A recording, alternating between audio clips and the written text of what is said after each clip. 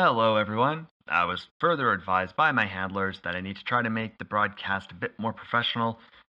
I'm a little new to this, but here goes. On tonight's broadcast, we have three radio dramas: The Voice of Death, The League of Terror, and Sabotage, from the radio show The Shadow. The best I can tell, they are 14, 16, and 17 in production order, so I think I'm missing one. I'll hunt around to see if I can find the pressing. In the meantime, enjoy!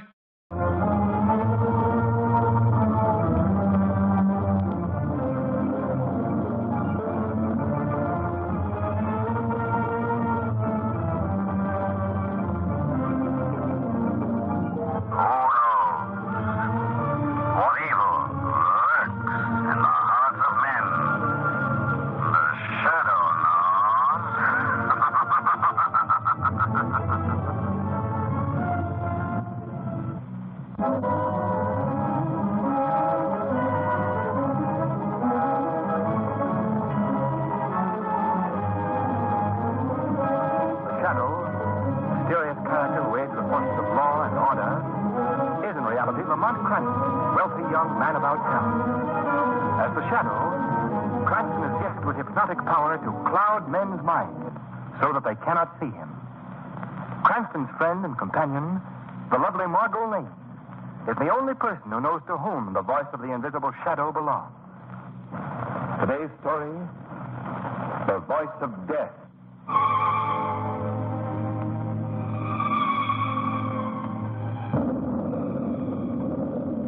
Sam? Yes, Annie. You almost finished reading your paper? Yes, Annie. Time to go to bed, ain't it? Yes, Annie. Better make sure all the windows are shut. Sounds like a real mean storm coming up. Yes, Annie. Sam, Yes, Annie. did you hear that? What? You hear it? Sounds just like little kittens. Yeah. Well, I wonder where they come from. With the poor things outdoors on a night like this. Sam, will you go out and find them? Go on, will you? No, Annie, you don't. Just listen to them little critters.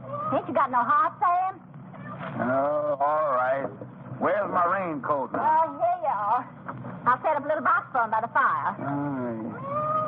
All right. Now, stop your crying, kittens. I'm coming. Just wait. I'll heat up a bit of milk, too. Do you see him, Sam? No, not yet. Here, kitty. Annie, Sam, what's wrong? What in the name of holy? Sam, what is it? Sam, what happened? Sam, blood. You're all covered with blood. Rose. Hey, Torma. Hold up. Sam, how could kittens do... Sam. He's dead.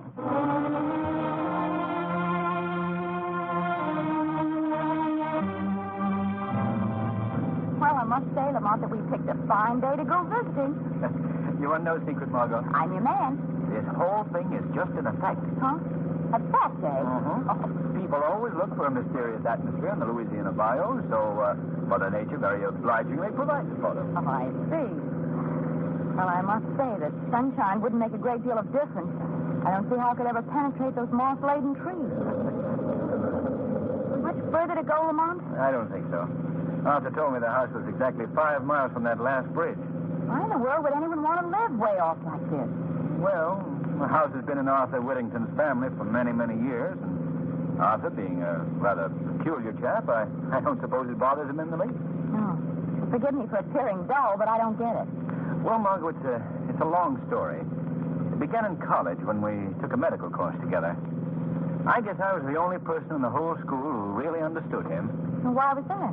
Well, Arthur was a brilliant student, but he was also a highly sensitive lad, always imagining that people were making fun of him, laughing at him behind his back. Was there any reason for that? Well, yes, there was. It was his voice. He had the harshest sounding voice I'd ever heard. It cracked, it rasped, it did everything that a voice shouldn't do. Really? In fact, it was his voice that made him leave medical school. I don't follow you, Lamont. Well, it all happened one day in class. Arthur had prepared a paper, an excellent paper that he had to read aloud to the student body. Gentlemen, please. You may proceed, Mr. Whittington. Mr. Whittington, where are you going? Wait, why are you leaving the classroom? Well, he threw down his paper and walked right out of the room.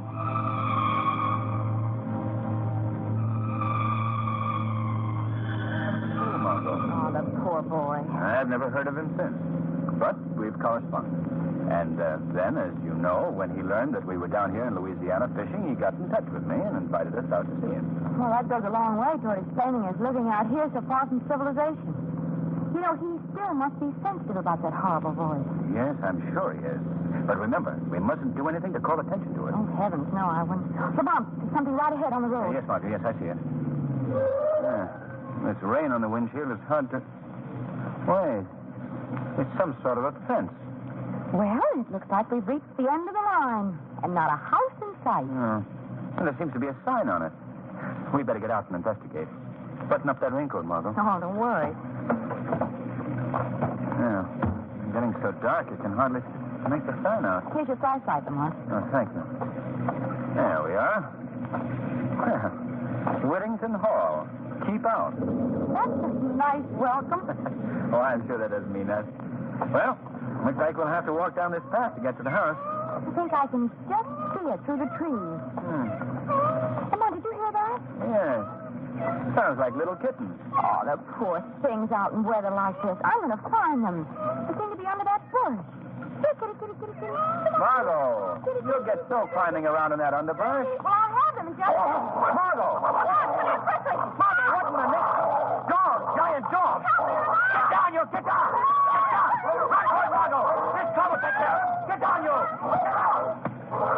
There. They're running away. Margot, you all right? Yes, I guess so. They didn't hurt you? No, one of them ripped my coat, that's all. Come on, I don't understand. They sounded like little kittens. Yes, I know. Oh, what do you make of it, Lamont? I don't know. One thing is certain. We're going back to the car and get my revolver.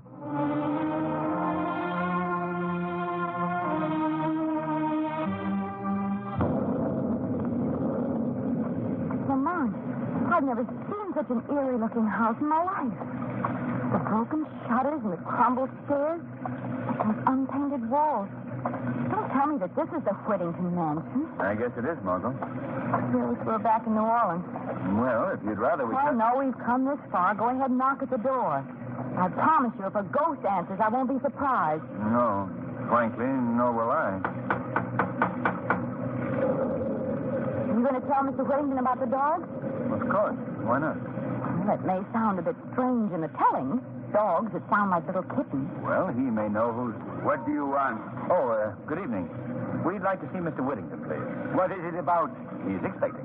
There are no guests expected here tonight. Well, if you'll say that Miss Lane and Mr. Cranston are I here... tell you that Mr. Whittington is not seeing anyone tonight. Yes, sir. What is it? People here, Mr. Arthur. Oh, Arthur. It's Lamont Cranston. Lamont, come in. Jasper, you old fool. I told you we were expecting Mr. Cranston. Sorry, Mr. Arthur. Come in, sir, please. Well, Lamont, I'm glad you were able to come. It's good seeing you again. Well, thank you, Arthur. I'd like you to meet a friend of mine, Miss Lane. This is Arthur Whittington, Margot. How do you do, How do you do, Mr. Whittington? Well, come, take off those wet coats. Yes, we're more or less swimming in these. Jasper, show Miss Lane and Mr. Cranston into the living room. There's a fire there, Lamont. You can dry off. All the comforts of home. Yes. Now, if you'll excuse me for a moment, I'll go and arrange for dinner. Oh, yes, of course. You will come this way, please. Thank you. Lamont, this place is just as scary inside as it was outdoors. Yes, I see what you mean. Those musty walls and that worn furniture. And candles and old-fashioned lamps. I don't understand how anyone can live here. There's something else that's more difficult to understand, Margot. What do you mean? That man that greeted us was Arthur Whittington. But it was not Whittington's voice.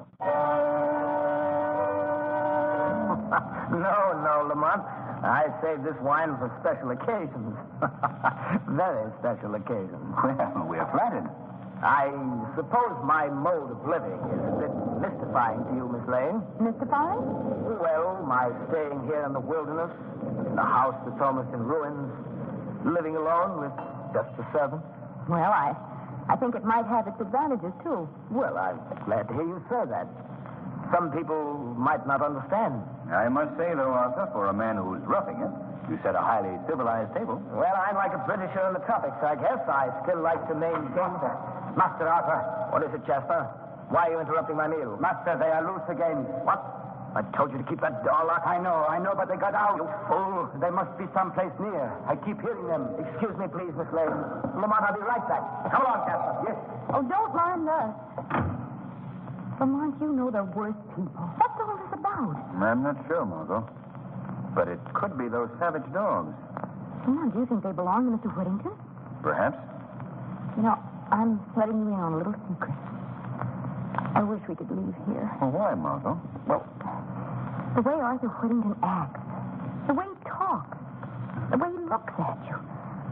I don't know, it just sends shivers up my back. But we can't leave now.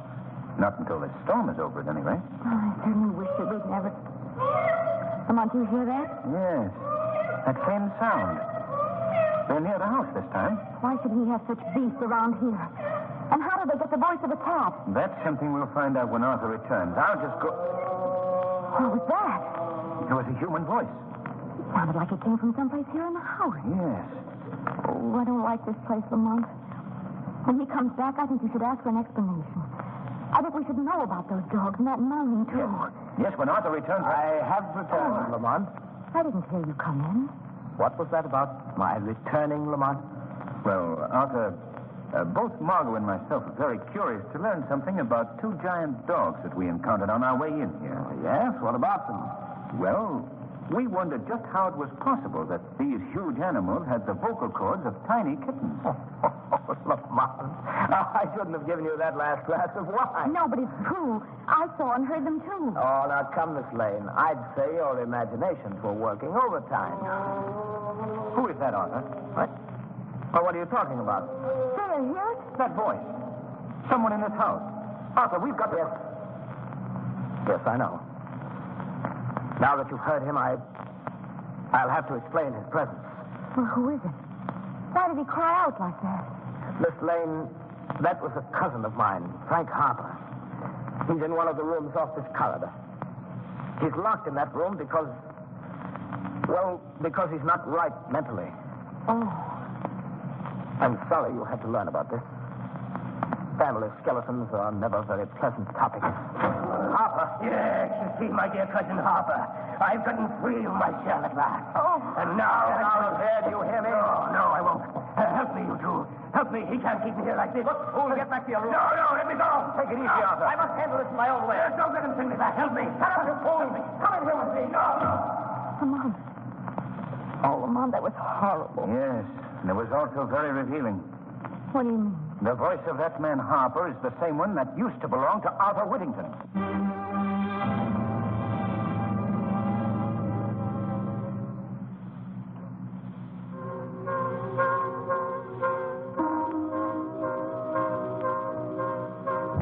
Lamont, what does all this mean? I don't know yet, Margot. Some way, somehow, that poor creature that rushed in here has been given Whittington's voice. Listen, the animals again. Yes. They're part of this thing, too. This mix-up of voices. Oh, Lamont, I wish we could leave here right now. We can't go now, Margot. Not until we learn what's behind all this. Oh, Lamont, what's happening up there? Sounds as if Harper's being beaten. Come on, Margot. We're going to that room. What are you going to do? I want to talk to that boy.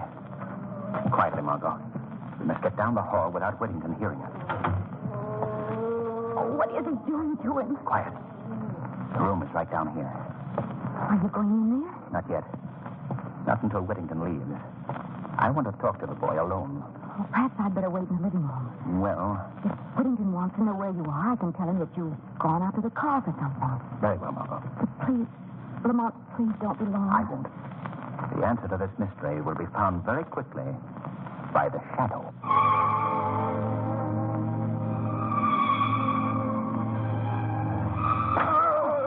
That'll teach you not to go running around this house. Now you stay here and be quiet, understand? See that you obey me in the future. Good night, my dear cousin.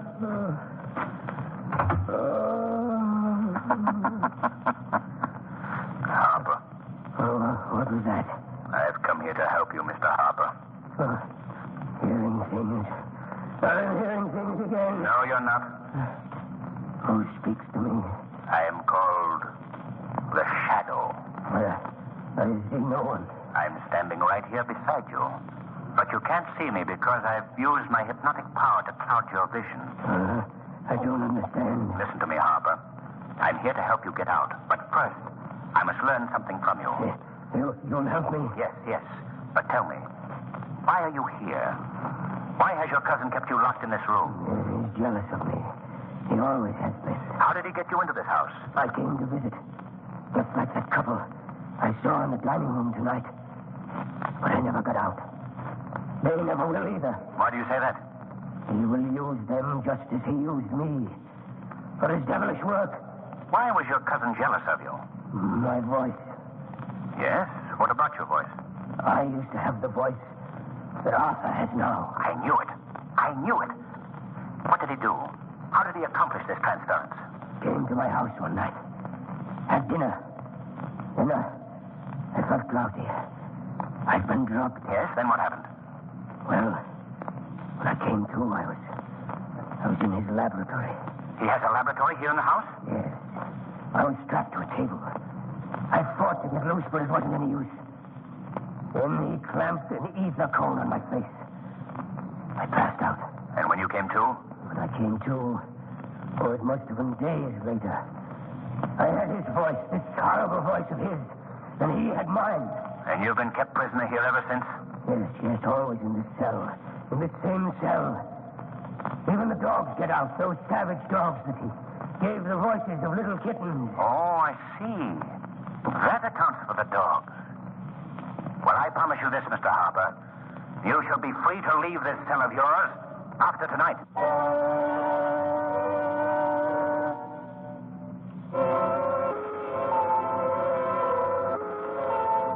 Is that you, Lamont?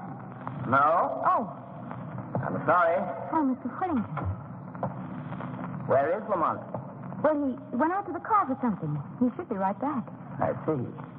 Well, perhaps you'd like me to show you your room while we're waiting. Oh, no, thanks. That's all right. I'll wait for him. I'd rather you'd come with me now, if you will. I have several chores to perform, and I'd just like you to know where your room is. Oh, very well. Just down this hall, Miss Lane. Thank you. I think you'll be very interested in what I have to show you. This will be your room. Won't you step inside? All right. Is there a light that I can... What are you doing? I'm just making sure that no one will disturb us, Miss Lane. Why did you lock that door? You'll see. Now, we'll put on this lamp. There. What's wrong? What is this place? This is my laboratory, Miss Lane. My workshop, where I conduct my experiments. Let me out of here and unlock that door at once. I'm sorry, but you're staying If you here. don't let me out, I'll call for help. Lamont will hear me. Why don't you call? Lamont! Lamont! Before you continue, Miss Lane, you might be interested to learn that these walls are completely soundproof. What are you doing? Why have you got me here? You're going to help me, Miss Lane. Help you. Yes. You're going to be a party to an experiment of mine. My greatest experiment. What do you mean? You'll learn soon enough. First, I'm afraid I must strap you to this table. No! Don't keep away from me! Stop being such an obstinate fool. Don't do that! Lamont! Stop pounding on that door. Let go of me. You come with me now. Oh! On this table. No, you can't do this. There you are. Let me go. Let me go. Now, a few straps to hold you securely. Don't let me loose. There we are. Oh. Now you can struggle or scream as much as you wish. I'd particularly recommend the scream. It may be your last chance to use it. What do you mean? This experiment of mine has to do with your voice, Miss Lane. That's my work, you know. The transference of voices. What are you saying? You've already heard two of my examples. The dogs with the voices of little kittens. And my cousin, Frank Harper. And it's true. What Lamont said is true. Oh, so he guessed my secret, eh? Well, he'll never live to tell it. Oh, no. You will survive, though. But you won't be able to tell it either, Miss Lane. What are you going to do to me? I'll show you. The answer to your question is in this box. Let me open it. There we are. A cat. Yes, a cat. Have you ever seen a more beautiful cat? She's pure Persian, aren't you, girl? What has that cat got to do with me? A great deal. And giving her your vocal cords. No. No, you don't know what you're doing. You're mad. Not at all. I merely have a great hatred, Miss Lane, for the entire human race. They ruined me. Their heartless cruelty blighted my entire life. But animals, you're different. Aren't you, my little pet? No, you can't mean what you say. But I do. Lady knows that, don't you, girl? She knows that after tonight, we'll be able to converse. Be able to tell one another all the things that we've kept stored up. You can't do this. And you, Miss Lane, as befits your sex, you will have the vocal cords of a cat. No. Now I think we can proceed with these. No, keep away. Keep away. There will be no pain. This ether will take care of that. Are you ready? No, please. No, she isn't ready, Mr. Whittington. Who is that? Who spoke? I spoke to you. Who are you? I am called the Shadow. Don't try to find me. I've made myself quite invisible to your eyes. What are you doing here? Why are you interrupting my work? I've come to put an end to your work. I'm here to free that young woman. Oh, no, you won't. I'm not frightened by someone I can't even see. Put down that ether. I'm going ahead with my work. No. You may not be able to see me, Mr. Whittington, but I think you'll feel this. Why, you... Now I'm releasing this girl, and then I'm holding you until I can get the police out here. They'll be very interested in your experiments. You think you can keep me here, do you? The light is put out the light. Now, Mr. Shadow, I am invisible too. And I'm getting out of here right now. Stop it. He's going through those cases. Come back here, Whittington. Come and get me, Shadow! Come on, Margot. He's not getting away. There he is crossing the lawn. He's evidently trying to get to our car. Look, Margot. Those two figures running after Whittington. It's the dog, the giant dog. They're chasing him, Lamont. Oh, they're tearing to pieces. Whittington, the car.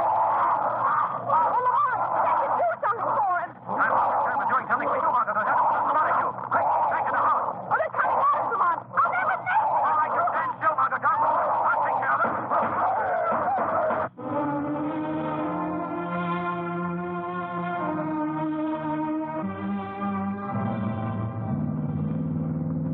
Well, now that we've seen that Mr. Hawthorne's in good hands, I don't mind saying I'm certainly glad to be leaving that place, Lamont. You do know such interesting people. Well, you can't say they're dull. No. Did you tell the police about the dogs? Yes, they've destroyed them. And Whittington's body is being removed to town.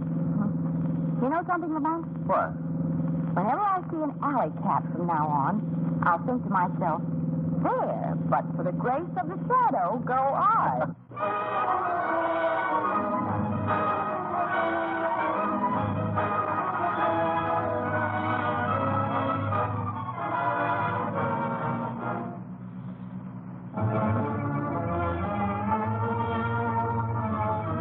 Weed of crime. There's bitter fruit. Crime does not pay. The shadow knows.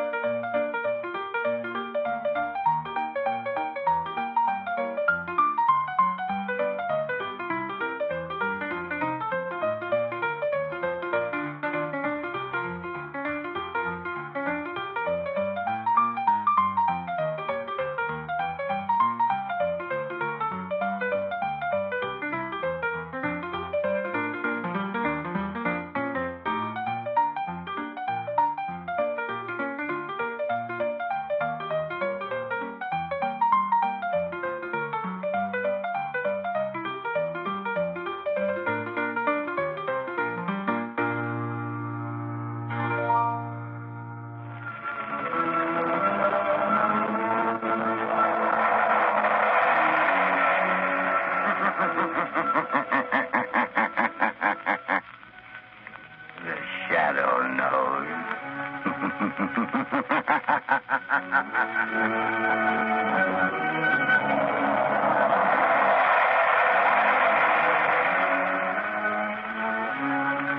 Coal presents The Shadow, the mystery man who strikes terror in the very hearts of shopsters, lawbreakers, and criminals. Today, The League of Terror.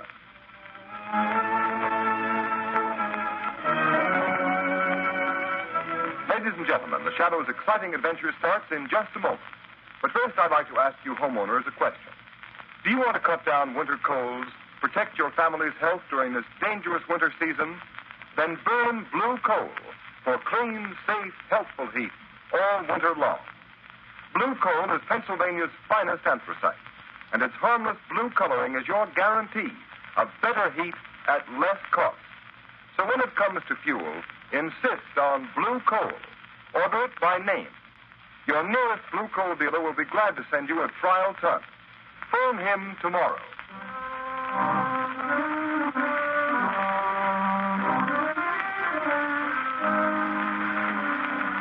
With the court's permission, I'll rephrase that question. Mr. Sullivan, do you know how these counterfeit $1 and $5 bills came to be in the cash register of your grocery store? I got them from customers, I guess. Michael Sullivan, you're a witness in a federal trial, under oath to tell the truth and nothing but the truth. Do you know you can be sent to prison for perjury? Yes, I know it well enough. Before this trial began, you testified that the defendants in this case, Slater and Marino, entered your store. That they forced you to buy counterfeit $5 and $10 bills to be passed out and changed to your unsuspecting customers. Why have you changed your testimony? Why? I was mistaken, that's all. You're lying, Michael Sullivan. Lie. Order in the court. Mr. Prosecutor, Yes, Your Honor. it is quite apparent that your witness has received a threat, either to himself or his family, if he testified against the defendants in this case. Since he will not repeat his sworn testimony against these defendants, I have no alternative but to dismiss the charges. Case dismissed. Order in the court. Your Honor, I demand that Michael Sullivan be held on a charge of perjury. Michael Sullivan, much as this court may sympathize with your reasons and motives for shielding these criminals who prey upon an unsuspecting public in the wholesale commerce of worthless counterfeit money, I have no alternative but to sentence you to 1 year in prison. 1 year in prison. But, Your Honor, there's my wife and my daughter, Mary. I'm afraid of what the dirty rats would do to them if I told the truth. I'm sorry, Michael Sullivan, but unless you testify... I can't. I tell you, I can't. Very well. The sentence of 1 year in prison must stand. Court's adjourned. It ain't fair. It ain't right. I get a year in prison for trying to protect my family, and the real crooks go free. Look at them walking out of court free as the air to go on with their dirty business. Yeah, it's a good thing for his daughter Mary that Sullivan took my warning. Come on, let's get out of here. Okay, boss. Lamont, of all the unfair, unjust sentences. I know, Margot. It seems cruel, harsh, but our whole legal system is being undermined by violence and intimidation of witnesses. Isn't there something you could do, Lamont, some way of helping Michael Sullivan? Sullivan isn't the only one who is suffering from the operation of this counterfeit ring. Small businessmen, shopkeepers, poor people who can't afford to get bad money. A counterfeit dollar bill probably means the difference between eating and not eating to a lot of those people over in Sullivan's district. Exactly, Margot. This is operating among the poor people who can't defend themselves. Lamont, are you going to another case as the sheriff? Well, later perhaps. Right now, Margot, Lamont Cranston and Margot Lane can help by doing a little shopping in Michael Sullivan's grocery store.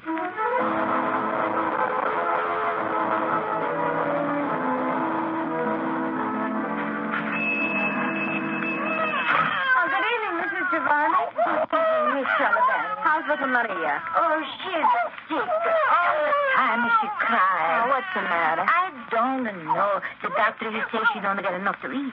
I don't know. I'm sorry. Oh, it can't be helped, Miss Sullivan.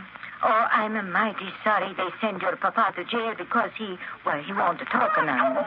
Father would have talked. He ain't afraid. Not for himself. He was afraid of what they do to Mother and me. How is your mother? She's not so well. She's been sick all along, and now with Father in prison. She can't understand it. I'm afraid for her. She's so sick. None of us don't understand. We're all afraid. Oh, I I've got Father's gun here under the counter. And if any of that counterfeit gang comes around here again, I won't depend on the law to protect me. No, Miss Sullivan. You can't fight them. They're too many. Well, there'll be a couple less if they bother us again. Hush, Maria. Oh, hush, Bambino. Baby. No. Miss Sullivan, you have so much trouble. I don't like to bother you, but... What is it, Mrs. Giovanni? The landlord, he say that $5 bill that Mr. Sullivan gave me, it's no good. He say I got to pay the rent and good the money or get out. Look, he give it back to me. Another counterfeit bill, huh? I'm sorry, Mrs. Giovanni. Give it to me. Here. Here's a good bill. At least I think it is. The counterfeit bills are so good you can hardly tell they're fakes. Oh, thank you. Thank you so much, mister. Here we are, Margot. I'll be with you in just a moment. Well, thank you. If you hear of anyone else who has any of these bad bills Father had to give out, let me know, Mrs. Giovanni. I'll make them as good as it takes every cent we got. Oh, bless you, miss. Well, goodbye. You be mighty careful, Miss Sullivan. I will, Mrs. Giovanni. Good night. Good evening. What do you want? I think a couple of cans of corn and string beans. And a loaf of bread. Yes, and some butter. You're strangers in this neighborhood? Yes, and get some peaches. Yes, 2 large cans of peaches. Strangers don't come way over here in this section to buy groceries. Who are you and what do you really want? Miss Sullivan, put away that gun. You're a courageous but a rather foolish young woman. Well, maybe so. But I got only myself to think of. I'm not like Dad, afraid because he had a family. Please, Miss Sullivan, we're not members of the counterfeit ring that's been terrorizing your father. How do I know that? If we were members of that ring, Miss Sullivan, you would have been shot long before you could get that gun. It's very obvious. Well, what do you want? For appearance's sake, in case this store is being watched, you'd better give us the groceries we ordered. All right. What was it now? Corn, string beans, and peaches. Here's the corn. Who are you? Newspaper reporters of the police. Would you like to save your father from that year in prison? Yes, anything. It's killing my mother, but... There's a man watching the store across the street in a doorway. I expected as much. Who are you? How can you save my Get the father? groceries. Yes, sir. Now the other things. Keep moving. But listen to me. Yes, sir. You're a brave girl, Miss Sullivan, but your life won't be worth one of those counterfeit bills unless you use your head. What do you mean? Do you know enough about this counterfeit ring, how they operate, who they are, to make them fear you will talk? I know how they operate, but Slater and Marina are the only ones who ever came here. Slater and Marina will be out of the picture for the present. Don't stand there. Get me things. Anything at all. Make a package. My father never saw anyone else either. None of the big shots. I'll put this stuff in a paper bag. There's 2 men in that doorway across the street now, Lamont. Let me know if they start this way. Now, Miss Sullivan, I can't tell you who I am or exactly why I'm here, except that I was in court today. I want to help you. I can if you're willing to take a great risk to help your father. I'll do anything for Dad. If I don't get him out, I'm afraid my mother will die. If I only knew who's behind Slater and Marino, who's their boss? You can find out. But you know what happens to those who know too much. I'll take that risk. How can I find out who they are? By pretending to know more than you do. I don't understand. Those men across the street will undoubtedly come in here in the minute we leave. They'll question you. Pretend you know how they operate. Yes? But you want to be paid to keep quiet. The chances are they'll take you to a higher up. Maybe not the ringleader, but someone who knows the real leader. But Lamont, they'll kill her. Not until they find out how much she knows and who else shares that knowledge. Anyhow, I don't care. It's only fair to warn you. You're taking a desperate chance. What have I got to lose? They'll probably try to put me out of the way anyhow. The whole neighborhood knows how I feel about them. I said I'd kill them for what they'd done to my father if I ever found out who they were. Those men are starting this way. You've got to go, Miss Sullivan. Better think over what I've said before you act. Oh, I'll do it. My mind's made up. Come on, Margot. Lamont, aren't you letting that poor girl take a terrible risk? Margot, that girl was marked for death before we came here. What are we going to do? Look, Lamont, those men, they're going in the store. Margot, get a taxi and get out of this district. Be sure you're not followed. Go to my office and keep the shortwave radio tuned in on the band I was used. All right, Lamont. But won't you tell me what you're going to do? There's no time, Margot. I've got to see where they take her. From now on, the fate of Mary Sullivan is in the hands of the shadow.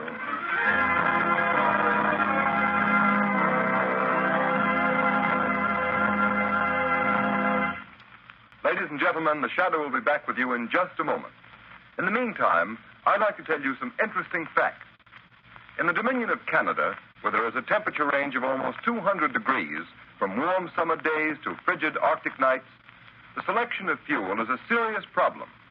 And the tremendous popularity of blue coal in Canada under these varying conditions is positive proof that blue coal gives steadier, healthier, more dependable heat than you can get with any other fuel. You homeowners here in the United States should be just as critical in the selection of your fuel. And when you choose blue coal, you'll find you're getting better heat at less cost. For blue coal is a selected Pennsylvania anthracite, the fuel that burns longer, more economically, down to a fine powdery ash. What's more, anthracite is the fuel that furnaces, parlor stoves, and cooking ranges in this part of the country were especially designed to burn. And the finest anthracite in America is blue coal. It's mined by the famous Glen Alton Coal Company, and every carload is tested and retested for purity and uniform size before shipment. Blue coal is especially prepared for home use. It comes in all the popular domestic sizes: egg, stove, chestnut, and pea size. So solve your problem of home fuel selection by placing your order for blue coal tomorrow. Ask for it by name. Phone your nearest blue coal dealer the first thing in the morning. You'll find him listed in the Where to Buy It section of your classified telephone directory under the name Blue Coal.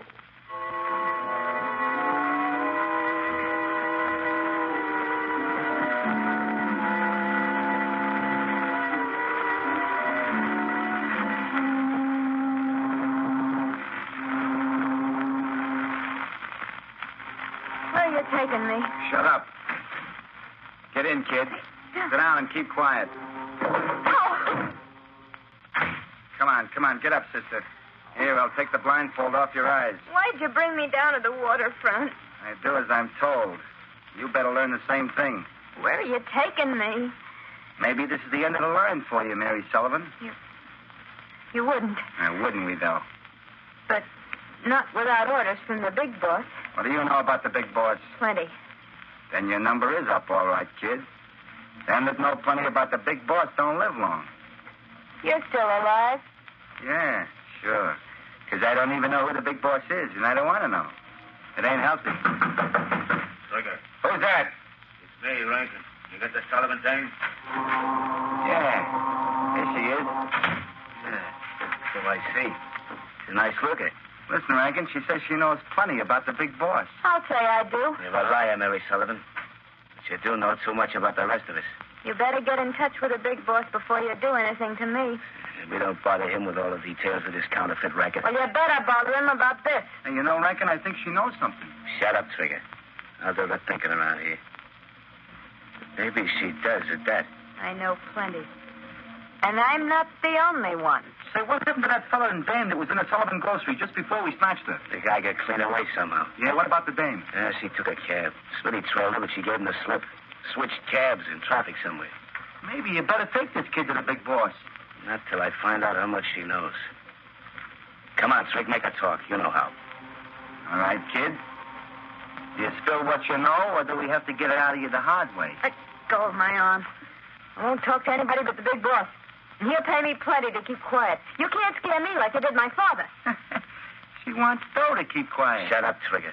Twist her arm. Give her a sample of what's coming to her if she don't talk, and talk fast. All right, kid. You asked for it. No, I won't. Hey, you dope. She's fainted. I guess I twisted her arm too hard.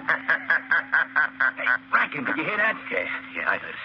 What was it? The trap. The cops must have found us here. Come on, let's take it on the lamb. No. Wait, we can't leave that dame here. You take the Sullivan kid. I'll shoot out the light. Don't draw your gun, Trigger. Don't move, Rankin. He knows who we are. Trig, there's something screwy about this. That voice, it's right here, but there ain't nobody with it. You're mistaken, Rankin. There is someone here.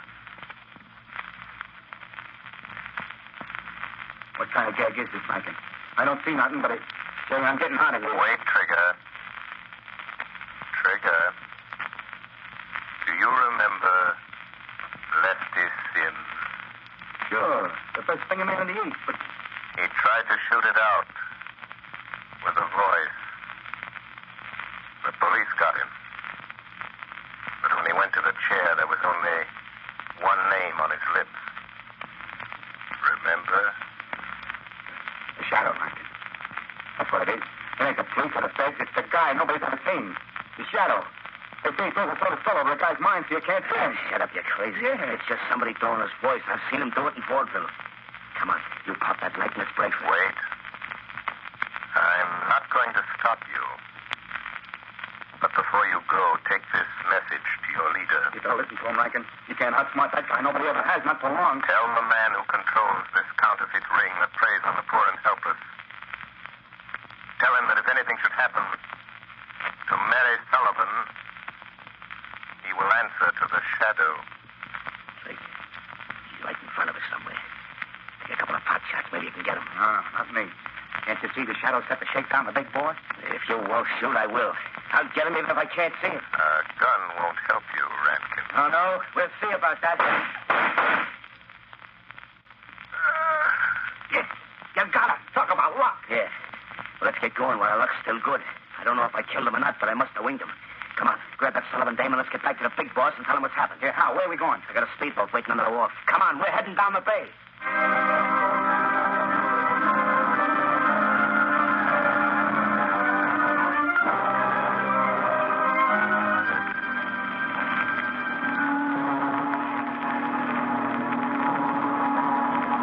Hey, look. What do you think the big boss will say about bringing the Sullivan dame to his hideout? Yeah, I hate to think about it. You're out near the boat. You watch that Sullivan dame. She ought to be coming too by now. Yeah, she's coming out of it. Hey, how much farther we got to go? Yeah, we're practically there. See that yacht laying at anchor out there? Holy cow. You mean that's the big boss hideout? Yeah, Tree. You're finding out something you're liable to wish you never heard about, much less seen. Yeah? You mean that's the plant, huh? That's where all the phony dough's been coming from. You catch on quick, don't you? Yeah. Yeah. That's the layout the feds and cops have been looking for months. Flashy, ain't she? All right, here we are. Get that Sullivan dame on her feet. Yeah, okay. But how about me staying in the speedboat? Nothing doing. You're coming aboard and tell the big boss what you know about this shadow. Nobody knows much about You it. better do what you do know and speak fast, Tree. The big boss is the head of this racket because he can think faster than you can shoot. He gets the idea you're in the shakedown, you're as good as dead. I ain't pulling no double cross. I swear I ain't like Shut that. up and bring that dame aboard. Boss knows how to handle her kind. And watch your step or you'll get what's coming to her. Okay. Come on, sister, come on. Before the night's over, I got a hunch you and me are going to wish we'd never seen this ritzy tub.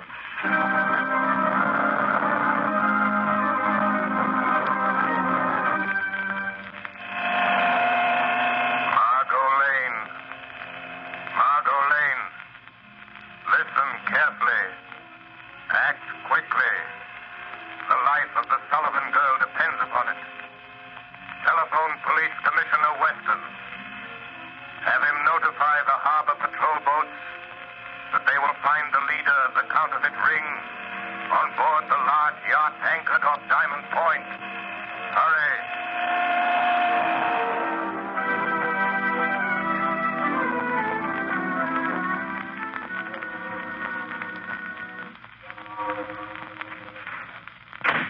Okay, there you are, Rankin. Listen, boss. No, you listen to me. I've warned you never to come to this yacht without orders. But, boss, I had What's the idea of being intrigued on that Sullivan girl here? You know what happens to those who break the rules of my organization? I couldn't help it, boss. This is important. She ain't seen anything. I locked her in one of the cabins. I decide what's important. Why didn't you report first? There wasn't time. I was going to report, but then this shadow started talking to us in the warehouse. The shadow? Yeah. You tell him, Tree. Never mind. I've heard all about the shadow. So he's on the trail, eh? Yeah, it's a shakedown, boss. Shut up and listen to me. If the shadow's behind this, it's no shakedown. What is his racket? Putting organizations like mine out of business. Putting fools like you and Trigger in the electric chair. Yeah? Well, he won't, because I got him back in the warehouse. You what? Yeah, boss. I took a couple of wild shots at where the shadow's voice was coming from, and we heard him fall. How do you know that fall wasn't a trick? How do you know he didn't follow you here? No boat trailed us. No, I suppose it didn't occur to you that he might have been hiding in the speedboat with you? Where's that Sullivan girl? Bring her in here. I'll get her, boss.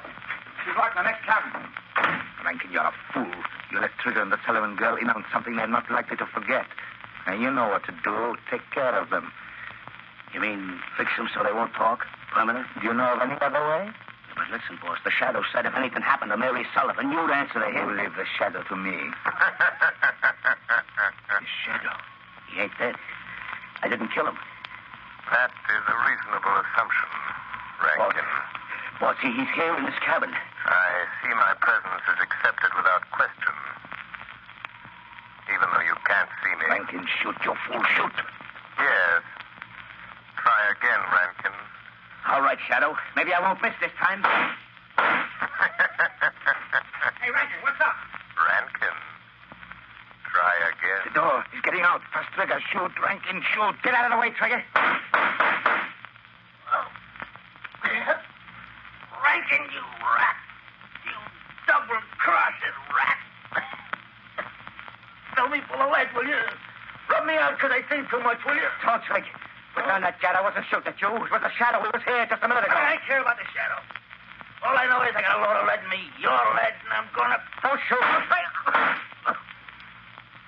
Too bad, Rankin. Too bad. Couldn't have polished me off like I did him. Quick and easy. Trigger. Shadow. Trigger. That man there. The big boss. Ordered Rankin to kill you. Trigger, he is your real enemy. Yeah. I had a notion he might try it. Don't raise that gun, Trigger. Yeah, I know that one. If I do, you'll kill me. You can't kill a guy with as much lead in him as I'm carrying. You can't kill a guy that's already dead. Perhaps not, but I can't avoid the risk that you have strength enough left to raise that gun. You're a better shot than Rankin. Big shot. Better shot, big shot. Not bad. Not a bad gag.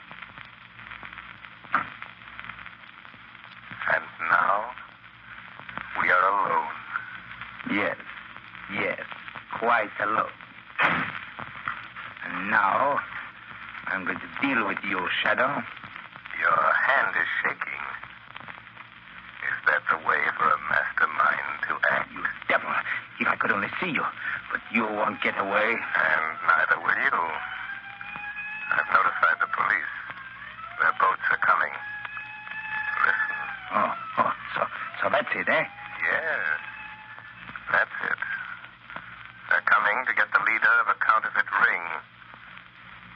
But they will find a murderer. A cold-blooded killer. Locked in this cabin with his victim. That's what you think, but you're mistaken. Why are you putting down your gun? Are you giving up so easily? Listen, Shadow, I've heard a lot about you. You're clever. Well, I'm clever, too. Clever enough to know when the game is up. I've anticipated just such an eventuality. I suppose you can see this little switch on my desk. My hand's resting on it. Yes, I see it. You know what will happen if I close this switch? And I will if the police set foot on this yacht. I think I can guess. Well, I'll tell you. This switch will set off a charge of high explosive down in the hold that will blow you and me and the police to kingdom come. I see. If you touch me, try to stop me, I'll throw the switch. What do you expect me to do? You call the police and you can send them away. What makes you think I will? If you don't get rid of them, I'll throw this switch. What have I got to lose? Well, there they are. What about it? Think fast. Will you send them away? So you think I'm bluffing, eh, Shadow? No, you're not bluffing. I have no doubt there is high explosive in the hold of this ship. But I wonder if you have nerve enough to throw that switch. I wonder. All right, Shadow, you had your chance and you wouldn't take it. No, I'll show you. I'll throw the switch. It didn't work. It didn't explode. No, it didn't explode. The switch doesn't work because I've cut the wires. See where they run along the wall. You devil. I'll get you. They may get me now, but I'll get you. You'll never take me alive. Get him out of here. Go on, get him out. I guess it's the man we're after, Commissioner. All right, you, come on, get going. Yes, Commissioner Weston, that is your man. That is the leader of the counterfeit ring you've hunted so long. You win, Shadow. The Shadow. I might have known. I had a hunch it was you again when the mysterious call came through. Commissioner Weston, there's a girl in the next cabin. She says she isn't a member of the gang. She is Mary Sullivan, daughter of Michael Sullivan, convicted of perjury in the counterfeit trial. Sullivan's daughter? Yes. She risked her life to find these men. Reward her by getting her father out of prison. He'll be freed in the morning. You have my word on that. It looks like you're due a reward for this night's work, Shadow. My reward, like yours, Commissioner, is in protecting the defenseless from those who have not learned that crime does not pay.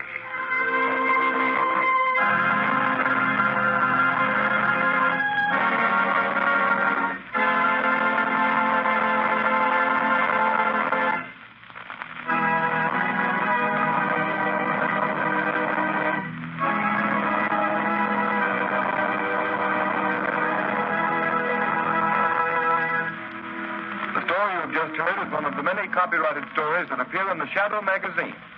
The characters in this story are entirely fictitious, and its similarity to persons living or dead is purely coincidental.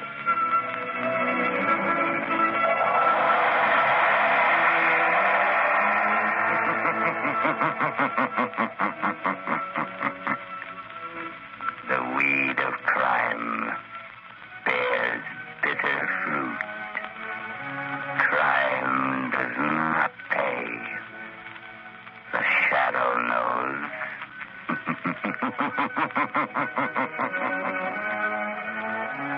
Next week, same time, same station, Blue Coal, America's finest anthracite, will present another thrilling adventure of the Shadow. Be sure to listen and be sure to burn Blue Coal, the solid fuel for solid comfort.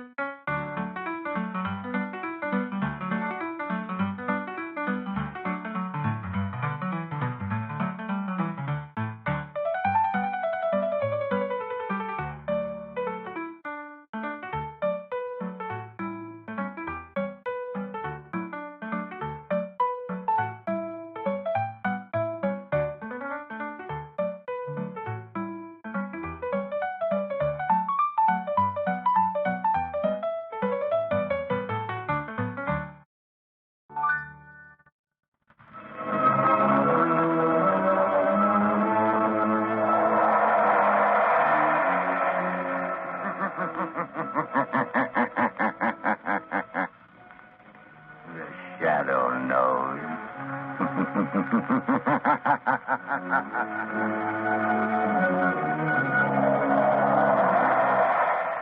Coal presents The Shadow, the mystery man who strikes terror into the very hearts of shopsters, lawbreakers, and criminals. Today's story, Sabotage. Today's exciting adventure with The Shadow starts in just a moment. But first, I'd like to say a few words about health. Over 50% of all family colds can be traced to uneven heat or overheating in the home. So protect your family's health by burning blue coal, America's finest anthracite. Then you will be sure of steady, lasting, healthful heat at less cost. The next time you order fuel, ask for blue coal by name. You don't have to get a full supply. Your nearest blue coal dealer will be glad to send you a trial ton. Phone him tomorrow.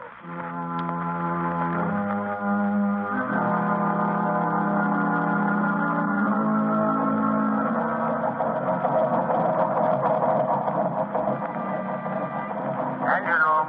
Stand by for test number 11. Engine room standing by, Commander. Ship full speed ahead. What the? Engine room. Hello. Hello, engine room. Chief Engineer Swain reporting. Boiler explosion, sir. 3 casualties, sir. Good Lord, what happened, Commander? Boiler explosion, Lieutenant. Hard luck, sir. Luck nothing. You mean another case of sabotage? Yes, sabotage.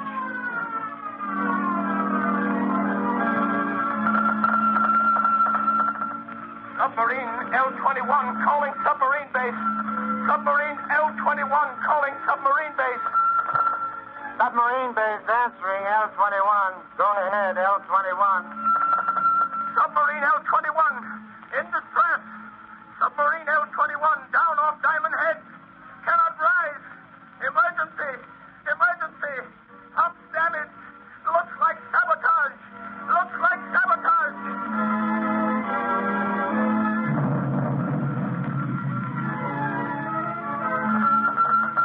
Cruiser returning to base.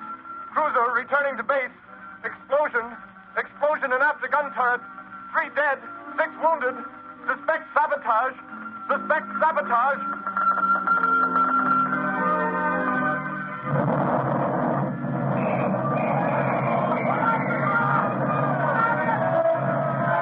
Good Lord.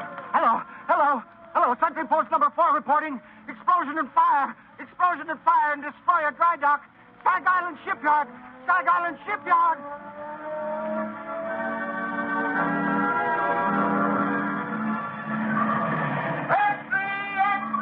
Sabotage ring strike Stag Island Shipyard. Read all about it. Mysterious explosion and fire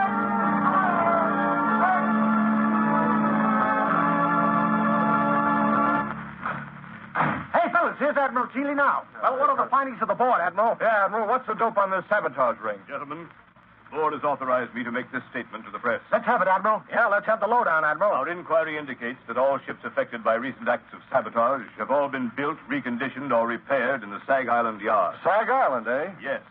And every resource at the command of the government is being directed toward the apprehension of those responsible for the systematic blows at the naval defense strength of the United States.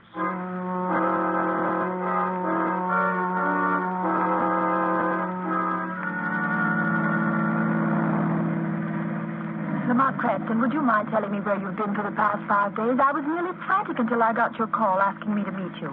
And why those old clothes, and why haven't you shaved? I'm sorry, Margot. I've been at Sag Island. Sag Island? You mean where they're having all the trouble in the shipyard? Yes, it seemed to be a case where the Shadow might be of some use to his country. You've uncovered something. Is that why you sent for me, Lamont? I'm not sure, but I stumbled on something last night. It's been a process of elimination. Where are we going? Back to Sag Island? Yes, we're almost there now. Lamont, have you anything definite to work on? It seems so hopeless. You forget, Margot, that I, as the Shadow, have a certain gift. You mean what the underworld call the power of invisibility? Yes, and the ability to read other men's minds, particularly the mind of a man who has something to hide. But you've got to find that man first, Lamont. I know.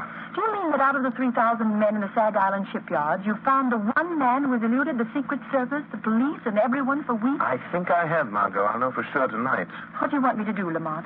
We're coming into Sag Island now. I want you to go to the Sag Island Hotel, take a room, and set up the shortwave radio outfit. You brought it, didn't you? Yes, it's in the baggage Good. compartment. Now listen, Margot. Tune in the wave I use as the Shadow and wait. Wait all night if necessary. Stop the car here, Margot. Yes. Lamont, I know you don't believe in woman's intuition. At least you pretend not On the to. contrary, I have a healthy respect for intuition. Now, be careful. I have a premonition myself. Lamont, can't you tell me anything more? I can only tell you I'm going into that bar down the street. If this man is the one I think he is, we will have a very interesting visit in that bar.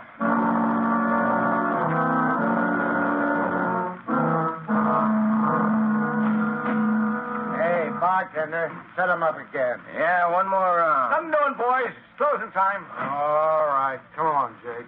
Okay. Good night. Come on, Bill. Let's go. Good night, boys. Good night.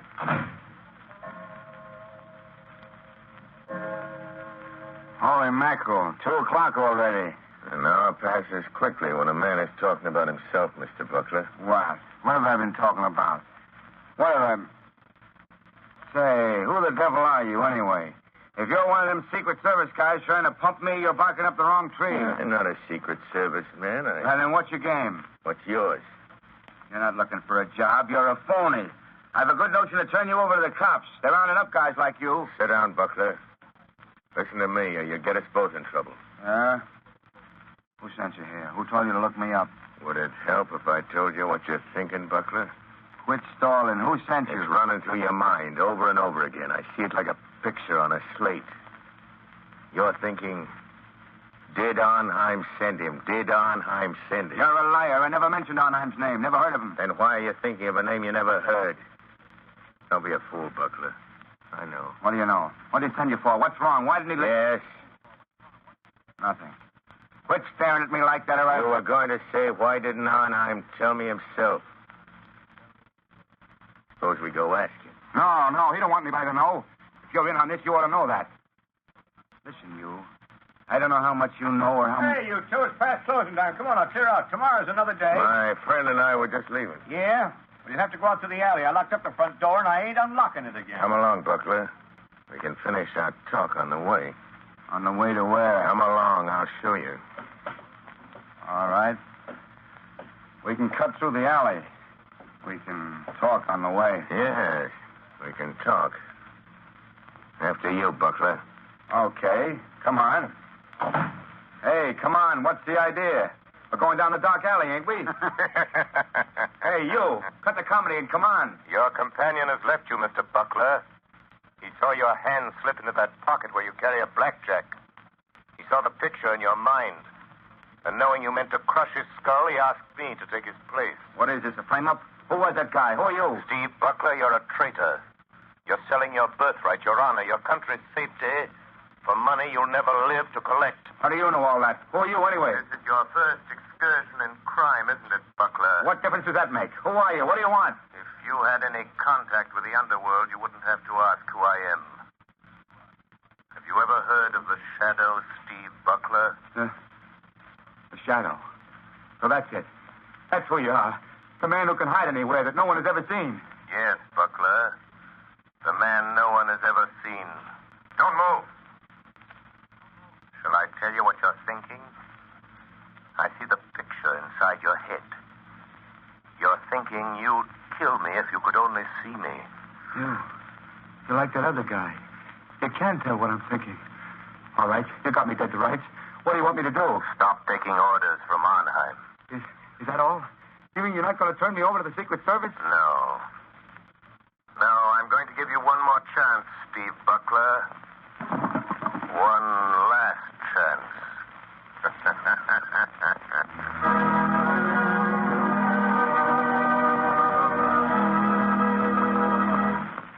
The Shadow's adventure will continue in just a moment.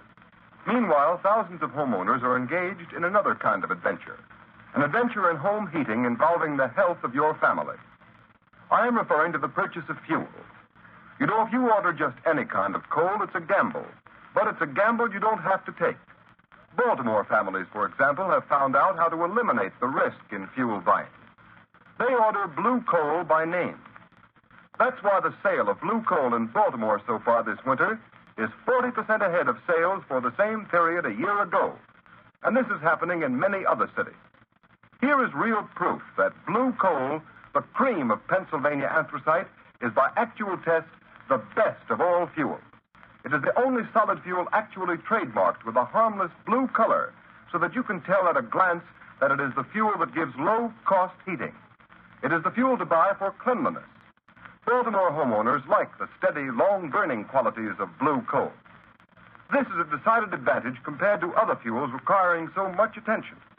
The Glen Alden Coal Company prepared blue coal especially for home use in 4 home sizes: egg, stove, chestnut, or peat. So I urge all homeowners throughout this area to find out what thousands of Baltimore families have already learned about the greater comfort, convenience, and economy of blue coal. Order your trial ton of blue coal tomorrow.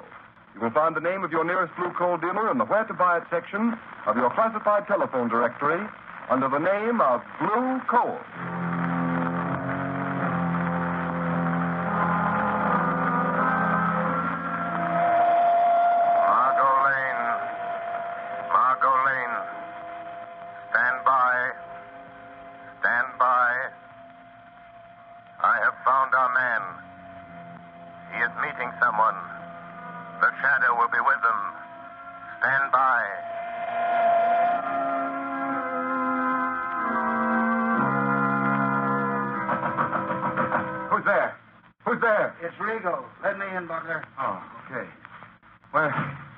Where's Arnheim? Why didn't he come? What makes you think he'd be fool enough to come here just because you sent word you're in trouble?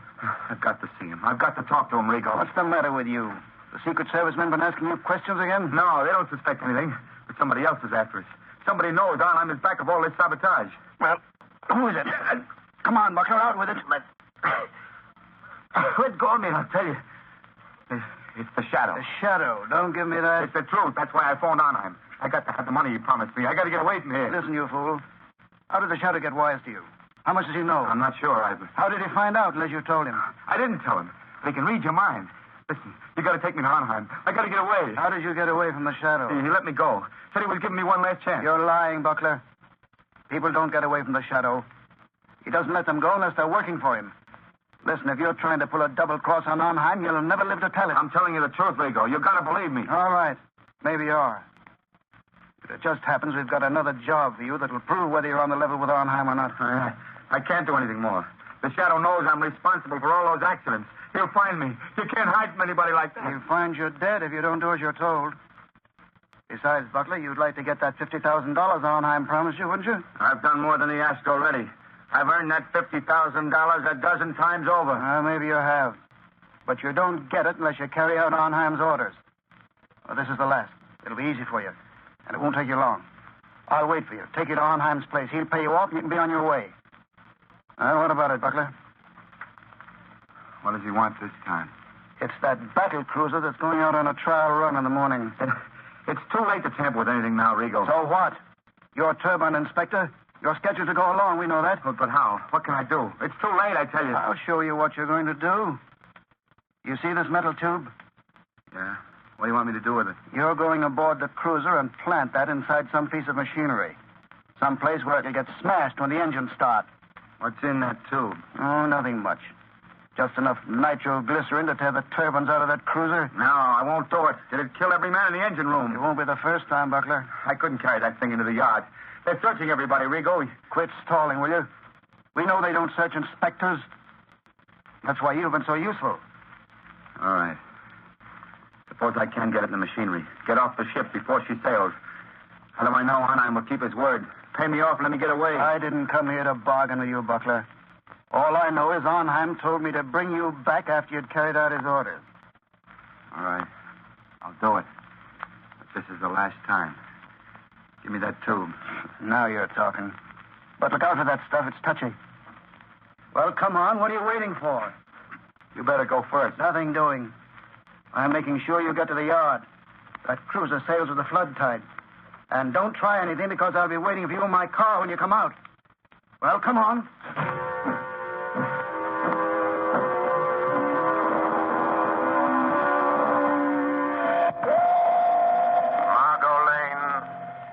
Margot Lane. Drive to shipyard. Watch for black sedan parked in front of red brick building. Our man is Steve Buckler, ship inspector. I am following him into shipyard to prevent another accident. Margot. Don't lose sight of that black sedan. It will lead us to the real head of the Sabotage ring.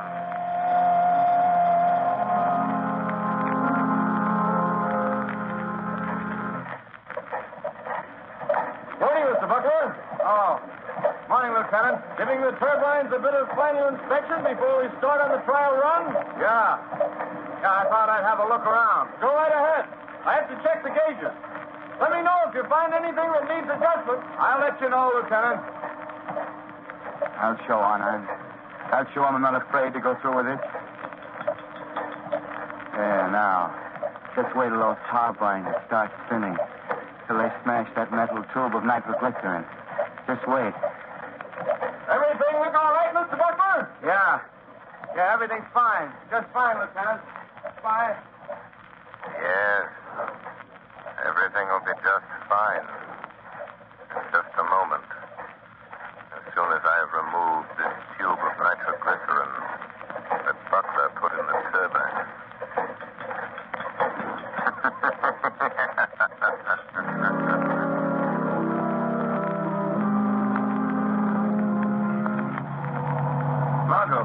Margot, wait a minute. Oh, Lamont, thank heavens you're here.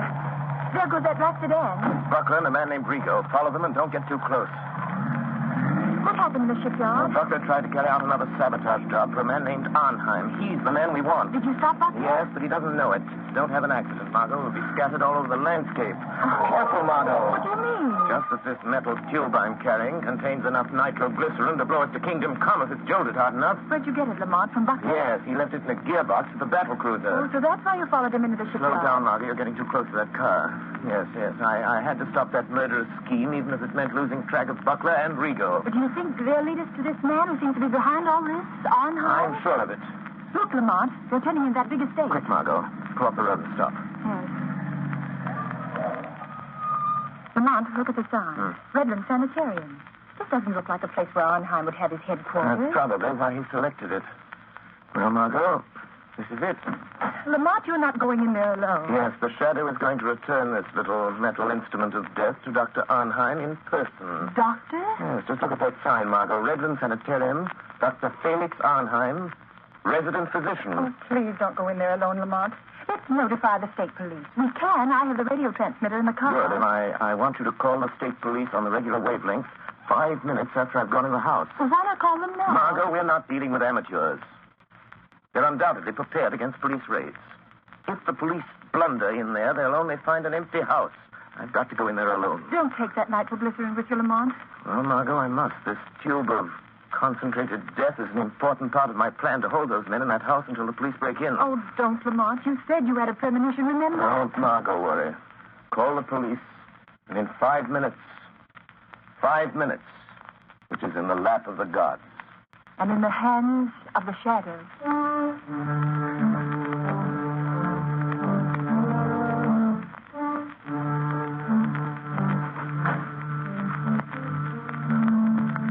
Where we go?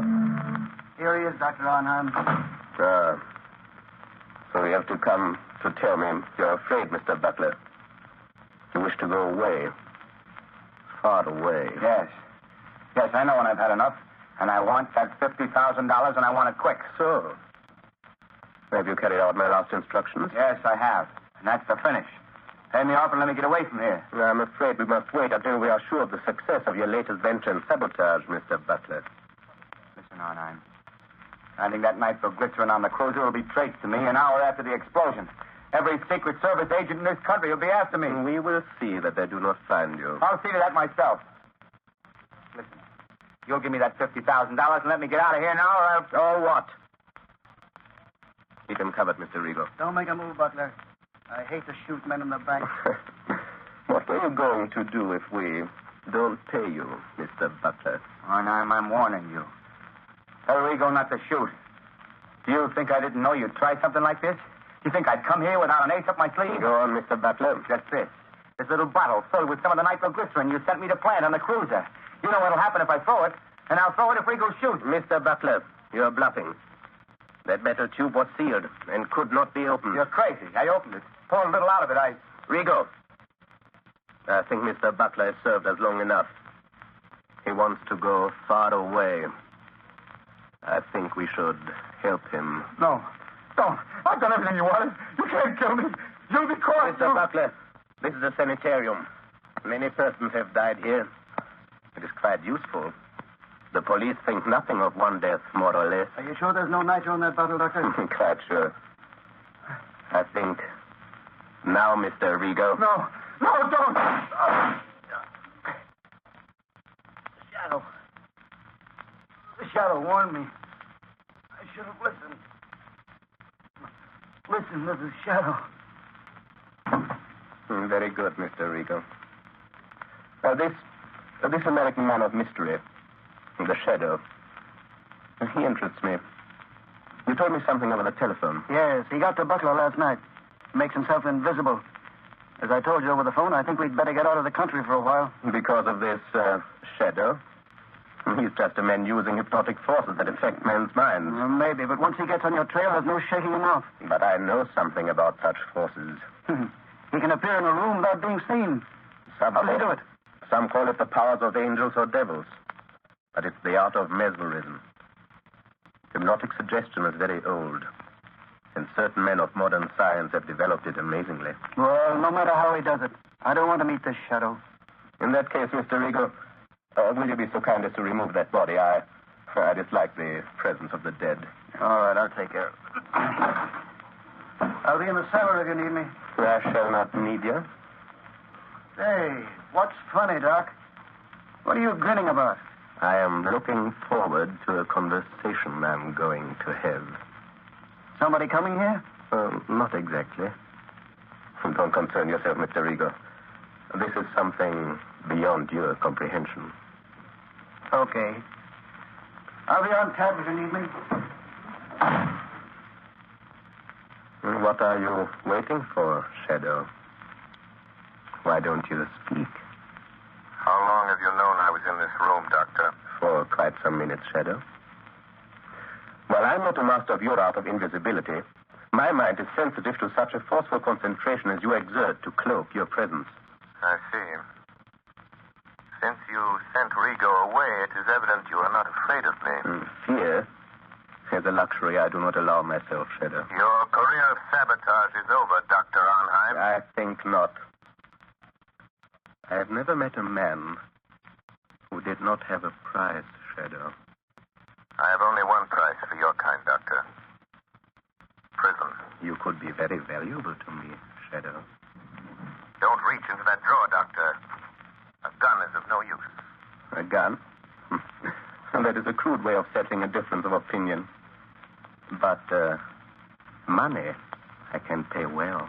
Money won't help you. Then you leave me no alternative. You see that little wheel set into this wall? Yes? I turn it, and... Gas. Yes, Shadow, gas. The room is airtight. Has served me well on other occasions, Shadow. You can't get out. The door is locked on the outside. What good will it do you to kill me if you also die? I'm not going to kill you or myself with this gas. What then?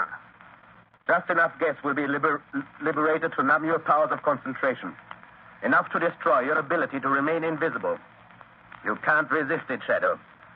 And just the moment you will weaken, become visible, and the moment I see you, the moment I catch the faintest glimpse of a shadowy form, I shoot. The air's becoming quite heavy, Shadow. Yes, but...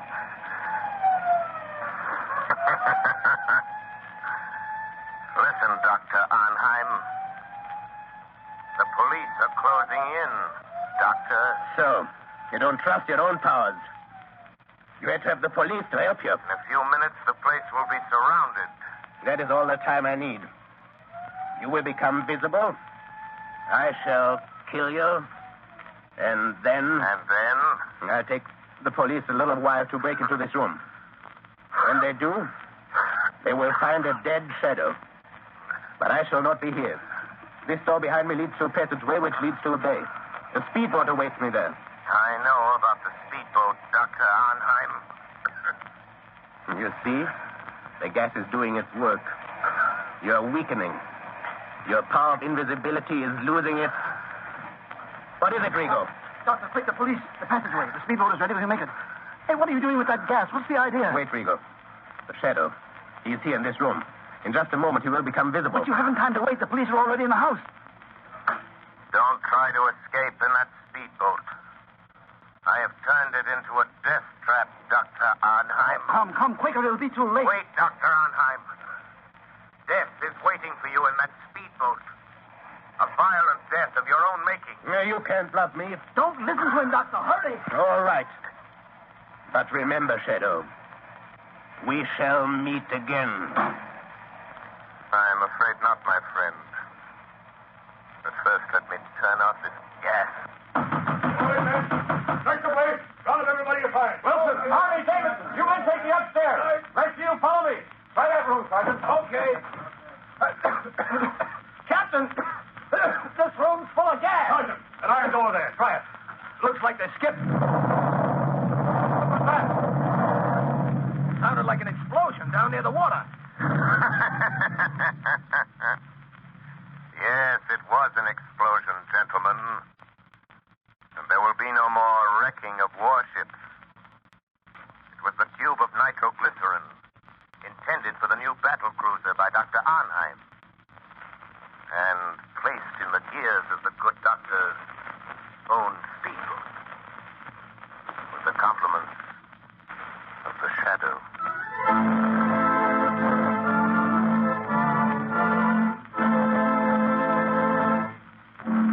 You have just heard a dramatized version of one of the many copyrighted stories which appear in the Shadow magazine. Any similarity to persons living or dead is purely coincidental.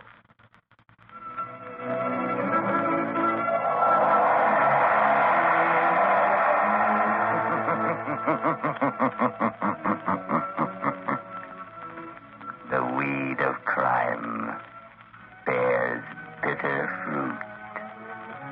Crime does not pay. The shadow knows. And that's our broadcast for the day. Thank you for tuning in.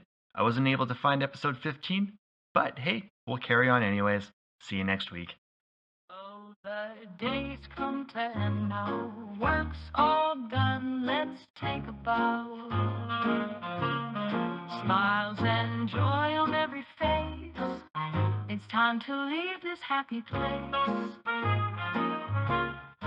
Packed our gears and locked the door. Running free just like before. Rising high as the stars above.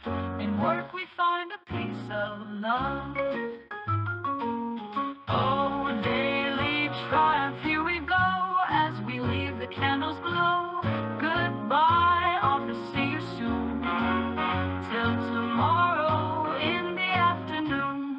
Laughter rings from all around. In this space joy can be found. Tasks are finished, time to play. Bidding adieu to another day. Oh, daily triumph, here we go. As we leave the candles glow. Goodbye, off to see you soon. Till tomorrow in the afternoon.